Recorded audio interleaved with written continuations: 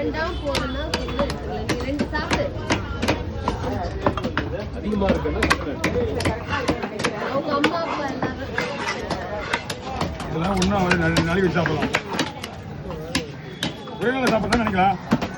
நீ சாப்பிட்டு நாளைக்கு சாப்பிட கூடாதுண்ணா. டெய்லி சாப்பிடலாம், ஒன்றும் பிரச்சனை கிடையாது. ஒரு 4 பீஸ்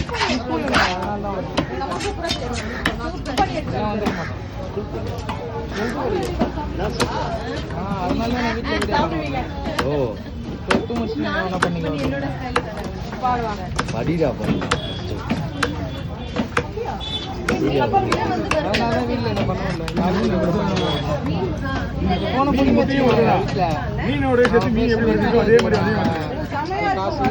நல்லா இருக்கும்.